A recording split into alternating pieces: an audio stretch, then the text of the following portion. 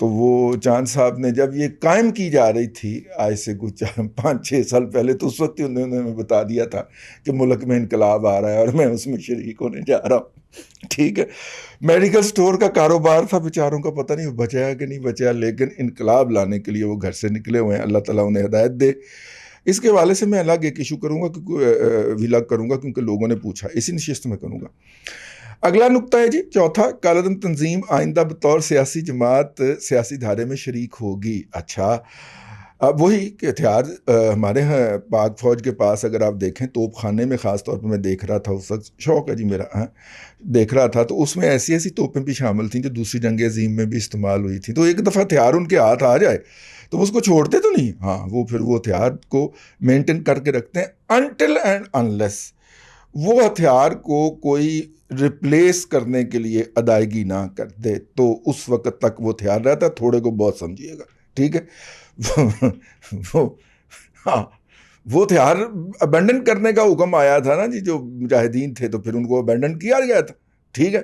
تو وہ ہتھیار نہیں ترک کرتے جی وہ اپنا، ٹھیک ہے۔ یہ درخشندہ اور پائندہ روایات ہیں۔ حکومت نے کالعدم تنظیم کے گرفتار کارکنان کو رہا کر دے گی۔ حکومت کالعدم تنظیم کے گرفتار کارکنان کو رہا کر دے گی۔ دہشت گردی سمیت سنگین مقدمات کا سامنا کرنے والے کارکنوں کو عدالتوں سے ریلیف لینا ہوگا۔ تو سعد رضوی صاحب کا بھی تو یہی ایشو ہے نا، حکومت کہتی ہے ان کے خلاف دہشت گردی کے 6 مقدمات، میرے خیال اس میں قتل وتل جلاؤ گھراؤ وغیرہ کے الزامات وہ بھی ہیں۔ تو یہ تو وہ سوچیں نا جو معاہدہ پہ دستخط کر کے آئے ہیں کہ وہ کیا ہوا ہے۔ ہمارے اوپر گالم گلوچ نہ کریں آ کے، ٹھیک ہے، بڑی مہربانی آپ کی۔ اپنے گریبان میں ہاتھ منہ ڈال کے سوچیں کہ آپ ہر دفعہ چغد ہی کیوں بن جاتے ہیں، ٹھیک۔ دھرنے کے شرکا آج رات تک کھول دیں گے، وہ تو نہیں کھولا جی، ہم اس رات کے بعد جو ہے، بلکہ 2 راتوں کے بعد جو ہے وہ ہم آپ سے یہ والا ولاگ کر رہے ہیں۔ حکومت کہہ رہی ہے کہ جناب کھل گیا ادھر کو جائیں، لیکن کوئی پارٹی جانے کو تیار نہیں ہے۔ انٹرنیٹ تک تو گجرات اور گجرانوالہ میں کھولا نہیں ہے آپ نے، تو وہ رستہ کیسے کھول دیں۔ دھرنے کے اچھا شرکا 1-2 روز میں واپس گھروں کو چلے جائیں گے۔ 1-2 روز، آج دوسرا روز ہے جب ہم یہ ولاگ کر رہے ہیں، اوکے۔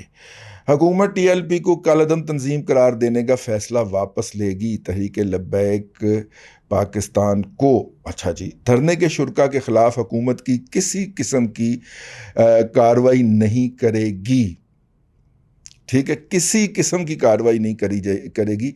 تو وہ جو بیچارے پولیس والے شہید ہو گئے ہیں، اور خاص طور پہ جو وہ سیدھی گولیاں چلاتے ہوئے کی ویڈیو آئی تھی، ظاہر ہے اس کی زد میں کوئی تو آیا ہوگا، وہ بھی نہیں ہوگا، اچھا ٹھیک ہو۔ کالعدم تنظیم کی جانب سے مفتی منیب الرحمان نے بطور گارنٹر معاہدے کے لیے کردار ادا کیا۔ حکومت کی طرف سے شاہ محمود قریشی، اسد قیصر، علی ہوئے، ٹھیک ہے، تینوں دین فروش، تینوں مزار فروش، اور تینوں درود پڑھ کے جھوٹ بولنے والے، ہائے ہائے ہائے ہائے ہائے ہائے، جھوٹ بکنے والے۔ علی محمد خان کی موجودگی میں اس معاہدے کی کوئی وقت رہ جاتی ہے؟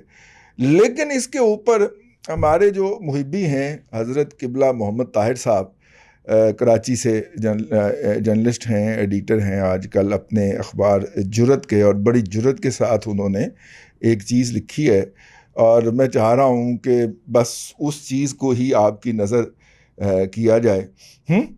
اور ہاں ٹھیک ہے، بڑے بڑے خوفناک کومنٹ کر رہے ہیں لوگ، میں تو ان کومنٹ کو دہرانے کا بھی وہ نہیں ہوں جسے کہنا چاہیے، میری تو اوقات نہیں ہے کہ میں اس کو دہرا سکوں۔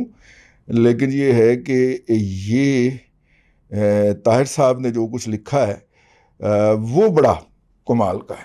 اب جیسے ہی اگر مجھے مل گیا تو میں آپ کو دکھا پاؤں گا۔ تضادات میں لتھڑے ہوئے، تاریخ میں بکھرے ہوئے، اور اپنے موقف میں اجڑے ہوئے ان بے ضمیروں کے چہرے دیکھیں، یہ کہہ رہے ہیں کہ ہم قوم کو خوشخبری سنا رہے ہیں، ٹھیک ہے۔ اور نیچے طاہر صاحب نے تصویر لگائی ہوئی ہے، اور اس کے بعد پھر انہوں نے رائٹ اپ لکھا اپنے اخبار کے اندر. میں اس کا کچھ حصہ آپ کو پڑھ کے بس آخری منٹ میں. حکومت اور کالعدم تحریک لبیک دونوں ہی بے اعتبار و بے وقار ہو گئے. اور پھر وہ لکھتے ہیں کالعدم تحریک لبیک کا دھرنا ایک شرمناک معاہدے کے ساتھ اختتام پذیر ہوا. معاہدے نے حکومت اور کالعدم تنظیم کے چہروں سے دوہرے کردار کے نقاب نوچ پھینکے اور علماء کرام کی آبرو کو سوالات کے کٹہرے میں خجل خجل کھڑا کر دیا. یہ معاہدہ حکومت کے بلند و بانگ دعووں کے خلاف خود ایک دعویٰ کی حیثیت رکھتا ہے. حکومت اور کالعدم تنظیم نے معاہدے سے جو کچھ پایا ہو مگر دونوں نے اپنے کردار، وقار اور اعتبار کو کھو دیا ہے.